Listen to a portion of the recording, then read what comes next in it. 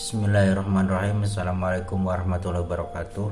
Saya Saiful Mukminin, CGP angkatan 9 dari SMA Negeri 1 Sukagumiwang, Indramayu, dan sebagai fasilitator saya yaitu Bapak Amin Muttohari SPD, dan sebagai pengajar pendampingnya Bapak Riyandi SPD. Di sini saya akan menyampaikan kesimpulan dan refleksi pemikiran Ki Hajar Dewantara, koneksi antar materi modul 1.1. Pendidikan menurut Ki Hajar Dewantara. Menurut Ki Hajar Dewantara, pendidikan adalah menuntun segala kekuatan kodrat yang ada pada anak-anak agar mereka sebagai manusia dan sebagai anggota masyarakat dapat mencapai keselamatan dan kebahagiaan setinggi-tingginya. 5 konsep pendidikan menurut Ki Hajar Dewantara. Yang pertama, ada menuntun, ada bermain, ada ilustrasi petani, ada budi pekerti, dan karakter, dan berhamba pada anak. Yang pertama, menuntun. Menuntun ini adalah menuntun segala kodrat yang ada pada anak-anak agar mereka dapat mencapai keselamatan dan kebahagiaan yang setinggi-tingginya sebagai manusia atau sebagai anggota masyarakat. Menuntun dalam artian yang pertama yaitu ada mengikuti dasar pendidikan Ki Hajar Dewantara, mengikuti sistem Among, yang dimana ada 3 dasar menuntun ini menurut Ki Hajar Dewantara. Yang pertama ada Ingar Sosong Tulodo, Ing Madya Mangunkarso, dan Tuturi Handayani, dimana semua itu berkoneksi atau berkesinambungan yang mewujudkan siswa selamat dan bahagia sebagai manusia dan anggota masyarakat. Ingarso Sung Tulodo itu memberi contoh kepada siswa, Ing Madya memberi dorongan kalau di tengah, dan Tuturi Handayani memberi semangat dari apa yang dilakukan siswa kita.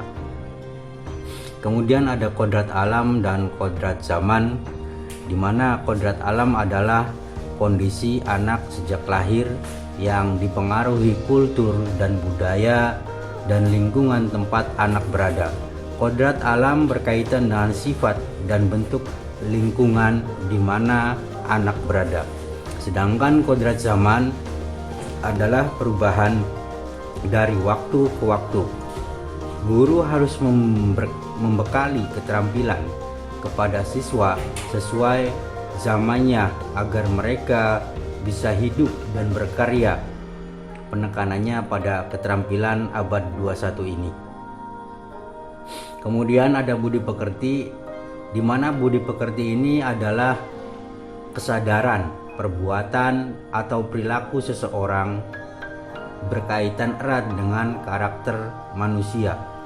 Contoh budi pekerti biasanya itu ditunjukkan dengan kebiasaan yang sederhana, seperti bersikap sopan, membiasakan diri, bertegur sapa, salam dan senyum, juga dengan membiasakan kata tolong, maaf, dan terima kasih. Kemudian refleksi modul 1.1, yaitu yang pertama, pertanyaannya, apa yang Anda percayai tentang murid dan pembelajaran di kelas sebelum Anda mempelajari modul 1.1? Yang kedua, apa yang berubah dari pemikiran atau perilaku Anda setelah mempelajari modul ini? Yang ketiga, apa yang dapat segera Anda terapkan lebih baik agar kelas Anda mencerminkan pemikiran Ki Hajar Dewantara? Dari ketiga pertanyaan itu, sebelum dan sesudah mengikuti CGP, saya beranggapan pertama, sebelum itu pembelajaran yang bersifat berpusat pada guru. Yang berikutnya ada kemampuan pemikiran yang sama pada siswa.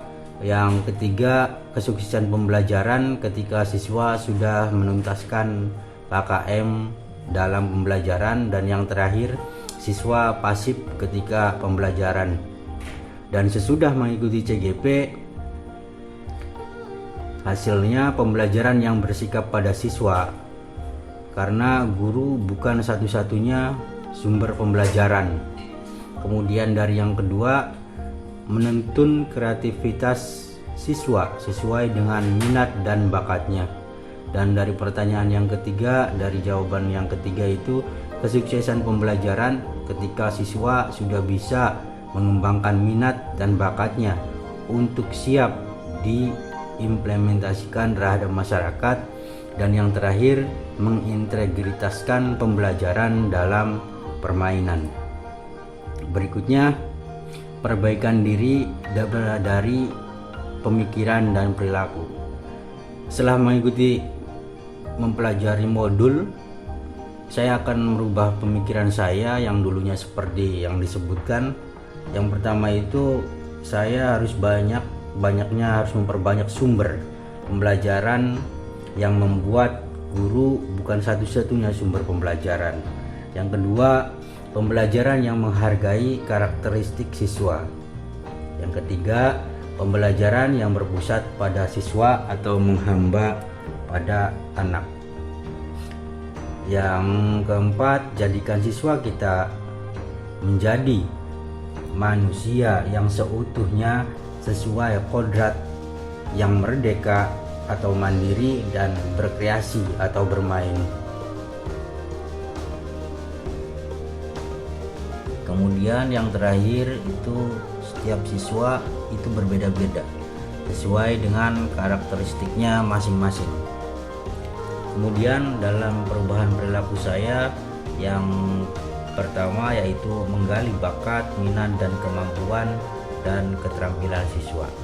Yang berikutnya, saya harus memfasilitasi pembelajaran sesuai dengan kebutuhan siswa. Yang berikutnya, yang ketiga, melakukan konfirmasi intensif dan kolaborasi dengan pihak lain demi kemajuan siswa. Yang keempat, menuntun pembelajaran yang berpihak atau yang bermakna untuk menyeimbangkan afektif, kognitif, dan psikomotorik dan life skill siswa. Dan yang terakhir, memberikan kemerdekaan kepada siswa dalam pembelajaran. Berikutnya yang dapat segera saya terapkan di kelas supaya mencerminkan pemikiran Ki Hajar Dewantara. Yang pertama, saya menerapkan pembelajaran yang menuntun, bukan menuntut. Kemudian yang kedua, membangun komunikasi atau kesepakatan pembelajaran di kelas. Yang ketiga, merealisasikan nilai-nilai karakter. Yang keempat, pembelajaran yang sesuai dengan karakteristik peserta didik. Yang kelima, menerapkan pembelajaran yang bersifat sosial budaya. Yang keenam, membuat pembelajaran yang bermakna dengan menyeimbangkan afektif, kognitif, psikomotorik, dan life skill sesuai dengan kodrat peserta didik. Yang terakhir, menerapkan merdeka belajar melalui profil pelajar Pancasila. Kesimpulannya dari materi-materi tersebut yaitu, pertama, jadilah pembelajar dan pembelajar yang merdeka. Yang kedua, pendidik itu harus menuntun, bukan menuntut. Yang ketiga, menyeimbangkan cipta, rasa, karsa, dan karya. Dan yang terakhir, memfasilitasi siswa dengan tulus. Terima kasih. Salam guru penggerak.